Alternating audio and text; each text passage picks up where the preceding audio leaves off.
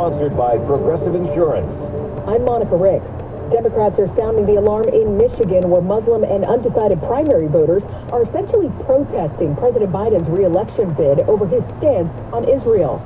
David Julio, the political science expert in Dearborn. If a sizable portion of the Democratic electorate here in Michigan votes uncommitted during the primary, that will be a 5-alarm fire for the White House and for the Biden campaign. Over on the Republican side, former President Trump expected to pull another W over Nikki Haley. But her supporters are rooting for her. Nikki Haley is the one hope we have, of not just, electing somebody who is either has no clarity, Joe Biden, or has no morality, like Donald Trump. The White House actually slammed Trump today for saying he's more relatable to black voters now over his mounting legal troubles.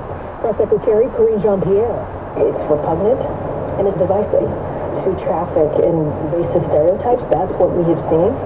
And that affects all Americans, right? You're tearing up all Americans by doing this. In New York, a jury convicted 2 men of killing Run DMC co-founder Jam Master Jay over a drug deal in 2002. A sentencing date hasn't been set yet, but the men face decades now behind bars. A third man goes to trial for Jay's murder next year.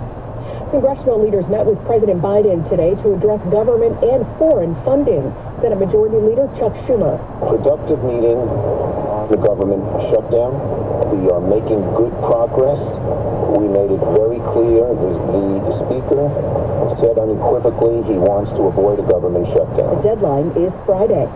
Leaders also talked about additional funding for Ukraine and Israel today, where CBS's Robert Berger reports a potential ceasefire is still in the works. Both Israel and Hamas expressed skepticism about President Biden's comments, but talks are continuing in Doha with the key mediators, the U.S., Qatar, and Egypt. As one Qatari official put it, we are hopeful but not necessarily optimistic. Wendy's is now testing surge pricing. It's part of a $20 million investment in new digital menu boards at its restaurants in the U.S., which will allow the fast food chain to change prices depending on demand.